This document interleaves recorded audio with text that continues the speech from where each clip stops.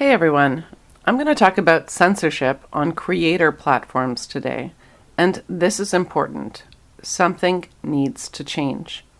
As many of you may know, a number of high-profile accounts were recently suspended on Patreon this week. Patreon is a crowdfunding platform that many creators have turned to after YouTube started demonetizing videos, largely targeting alternative voices, specifically right-wing political views. These recent actions have not only outraged other users on Patreon, it has violated the trust of creators who depend on them to support free speech and content that is often targeted by social justice warriors. My channel has approximately 80% of videos ineligible for monetization on YouTube, even though the videos mostly are talking about stories in the news or legal decisions made in our courts of law. Apparently, the law is too controversial for YouTube advertisers. Now, Patreon offers a means for us to continue being heard, creating content, and for me, financing the bigger work of helping the falsely accused. It allowed me to know that I can book a flight to be in court with someone, or I can buy transcripts. I can operate the Lighthouse Project as my full-time job. And that's what I do. Having monthly pledges gives me some security that the work can continue. My Patreon account was not created to fund videos on YouTube. It funds a registered nonprofit.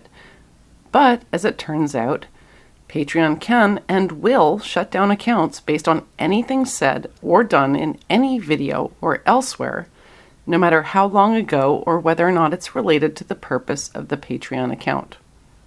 That's what happened this week to a number of people.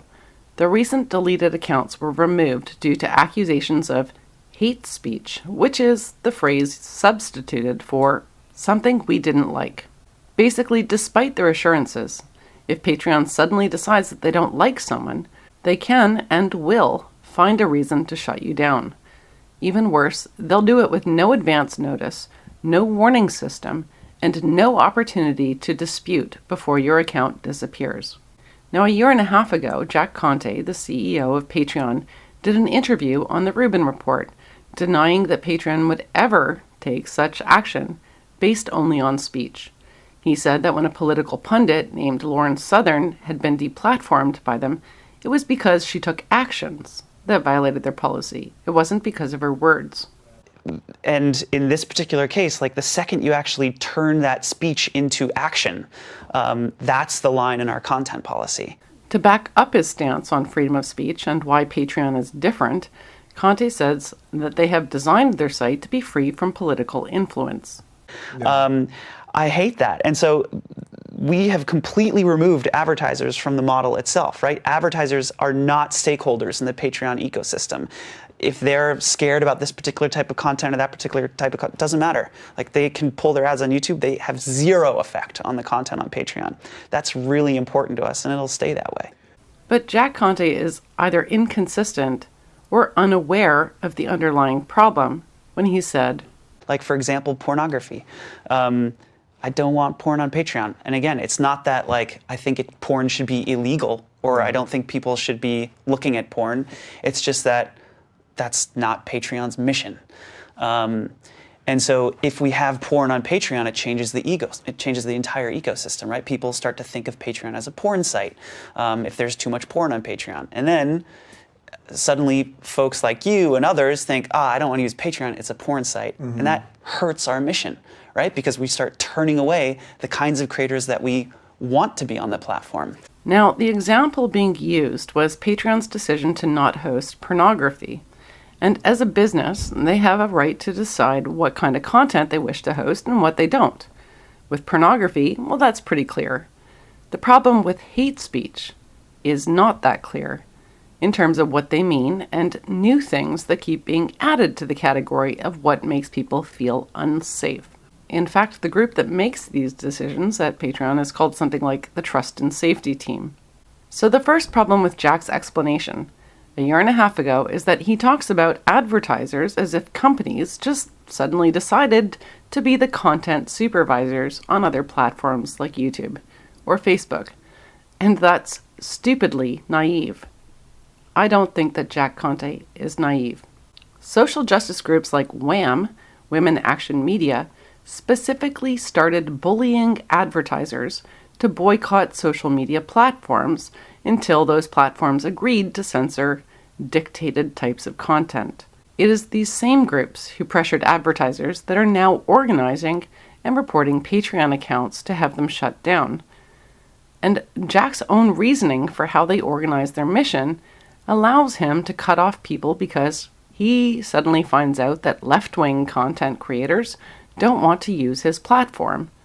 His logic applies in no special way that protects anybody's freedom of speech. Even worse, in one case, Carl Benjamin, who goes by the name Sargon of Akkad, was cut off for using the N-word while he was insulting neo-Nazis, using their own language back against them.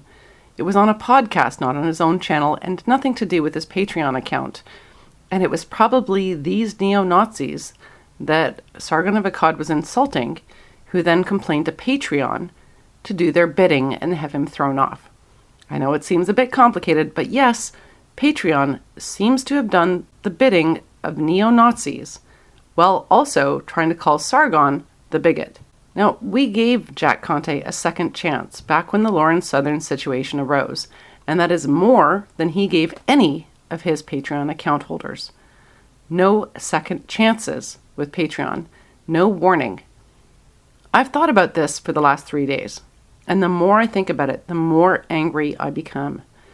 We only hear about the big channels being deleted, but there are obviously many others that we've never even heard about. I have a primary duty with the Lighthouse Project. I need to keep doing the work that my patrons have helped me accomplish. People need my help. That makes it difficult for me to just cut off my Patreon account, and that's not exactly what I'm going to do. The work is more important than me. But like others, I am inspired by the stance being taken by supporters who are leaving the platform of Patreon. We can't just keep saying stop, or we'll say stop again.